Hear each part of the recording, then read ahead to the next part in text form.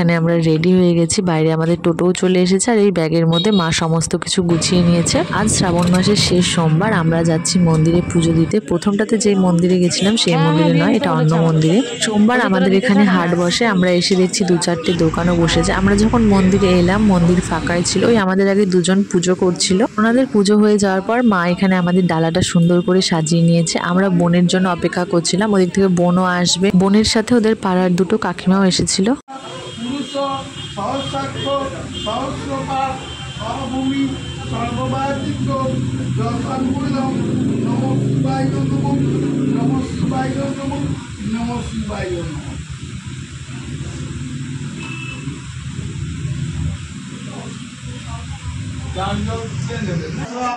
পুরুষ সহস্রাক্ষ সহস্রপাত সভূমি সর্বব্যাতীত যশাঙ্গুলম নম শিবায় নম নম শিবায় নম নম শিবায় নম।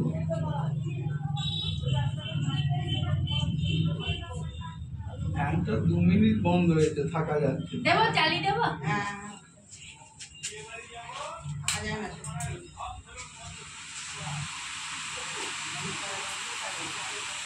ছোট্ট ঘর আর না সেটাও যেমন তেমন, আবার এদিক দিয়ে যে হাওয়াটা আসবে সব রাগ হয়ে গেছে।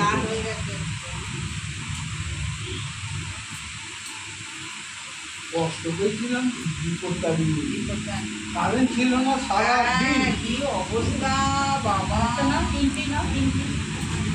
হয়েছিল বিপদটা দিয়ে বাবা, জীবন যেন বেরিয়ে যাবার মতো। আমি পুজোটা গিয়ে বাড়ি গেছি, তারপরে কারেন্ট চলে গেছে। আমরা ছিলাম যখন এসেছিলাম সকালে তখন ছিল কারেন্টটা, সেই যে গেল এই মানে 1:30-2টোর সময় কারেন্ট, না না তারও বেশি। ওই তো লাস্টে এই পাখাটা একদম দেখে শুনে কিনে দিয়ে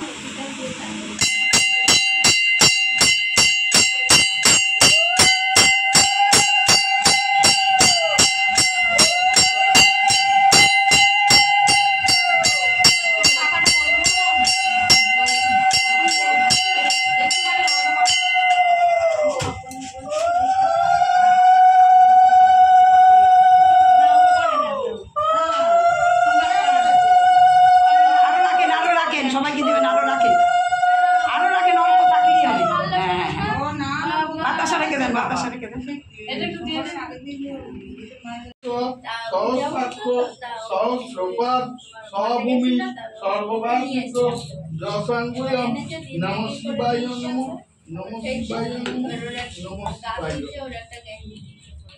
আজ আমরা খুব ভালো করে মন ভরে শান্তিপূর্ণভাবে পুজো দিয়েছিলাম। পুজো দিয়ে আর বাড়ি যাইনি, আগে থেকেই ঠিক ছিল যে পুজো দেওয়ার পর দুপুরবেলায় বোনের বাড়ি যাব, দেন বিকেলে ওখান থেকে বাড়ি যাব। এখানে বোন আমাদের সবার জন্য মাখছিল সাবু। শ্রাবণ মাসের শেষ সোমবারে দুপুরবেলায় খেলাম সাবু মাখা, কয়েকটা ফল আর মিষ্টি। তোমাদের বললাম বিকেলে বাড়ি ফিরবো, কিন্তু বিকেলে আর বাড়ি ফেরা হয়নি। দুপুরে একটা লম্বা ঘুম দিয়েছিলাম, কিছুক্ষণ আগে মাকে বাড়ি দিয়ে তারপর আমাকে আনতে গেছিল। চলো তাহলে আজকের মতো ব্লগটা এখানে এন্ড করছি, তোমাদের সাথে দেখা হচ্ছে আবার কালকের ব্লগে।